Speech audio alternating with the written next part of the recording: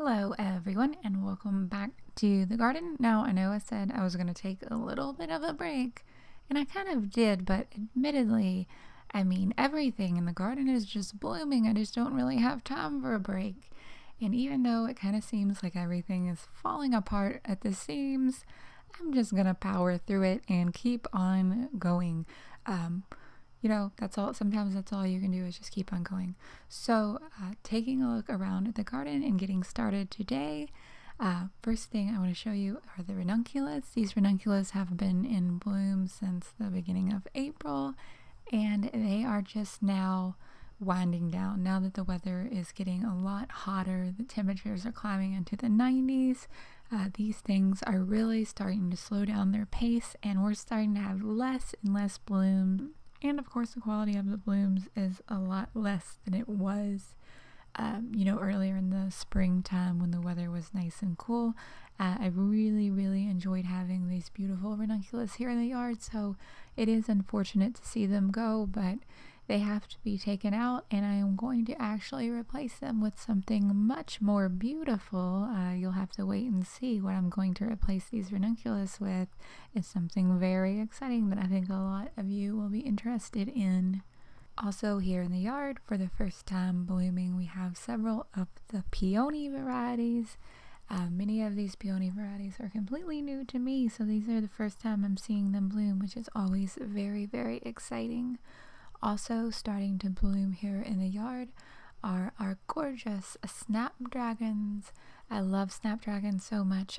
Stay tuned to the channel for a snapdragon video, a couple snapdragon videos, including a full tour video of the snapdragons. I know a lot of y'all were interested in that, so I definitely will be doing that again with the snapdragons and with the peonies. I forgot to mention the full tour with the peonies, even though I don't have much actual footage of the different peonies that are blooming.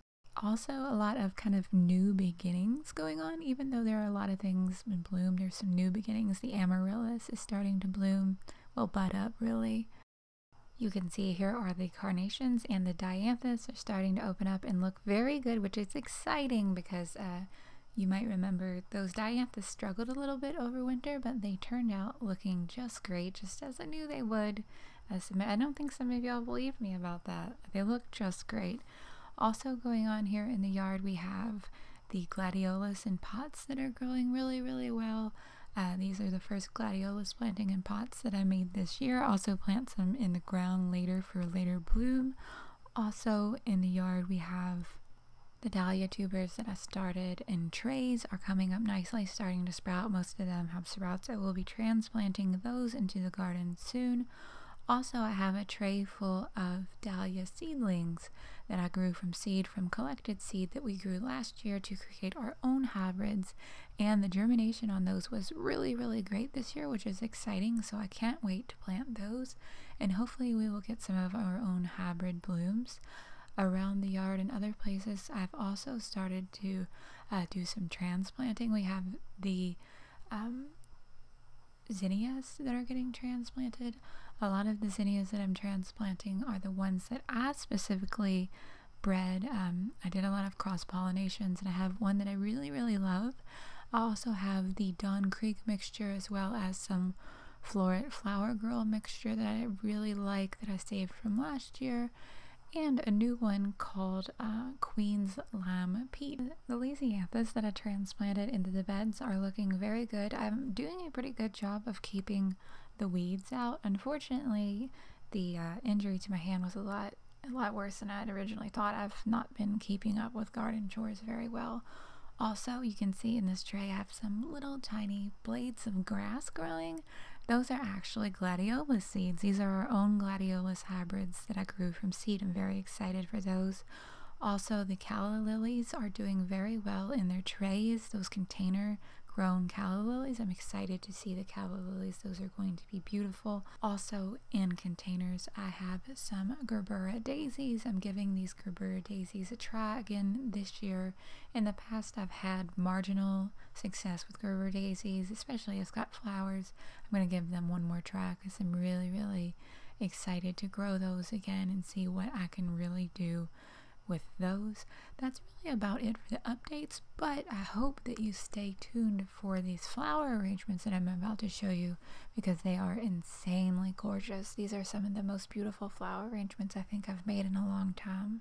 Most of these arrangements are very, very simple ones. In fact, they just use snapdragons and peonies. The first one here, these are coral sunset peonies arranged with some yellow snapdragons and some yellow labelle mix ranunculus. So gorgeous. I just love the color combination and the shape of the cup of those peonies. It's really something magical this time of year in the garden when all of these kind of flower ingredients come together in a vase. The next flower arrangement that I made is one that I think is equally just as gorgeous. It uses these white peonies, which are extremely fragrant and beautiful.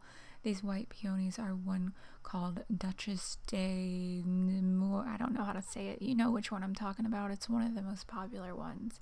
But they are so gorgeous and fragrant and lovely. I can't get enough of them.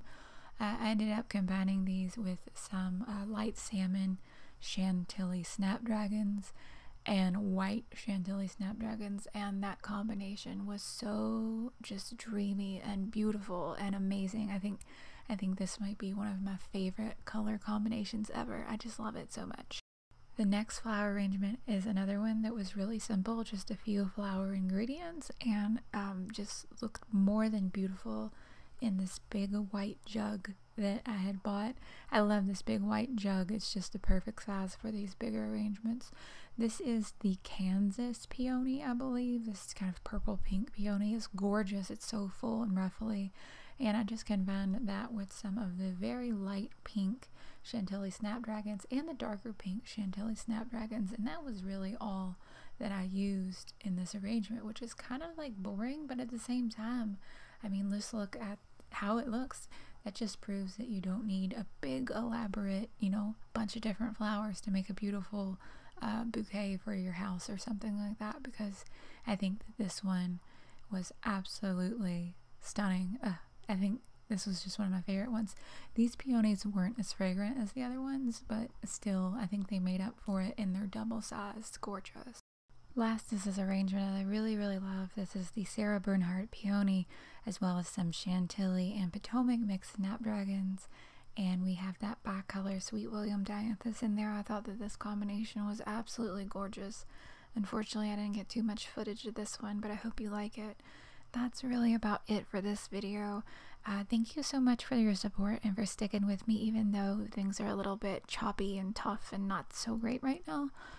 Please know that you are very, very appreciated, and without you, this literally wouldn't be possible, so thank you so much. As always, feel free to leave any comments down below. I'd love to hear from you. I do read every single one, even if I might not get to answering back or anything like that. I do try to read them all, so thank you. I hope that you are having a beautiful day. I hope the weather is nice and sunny and warm wherever you are, and I'll talk to y'all later. Bye!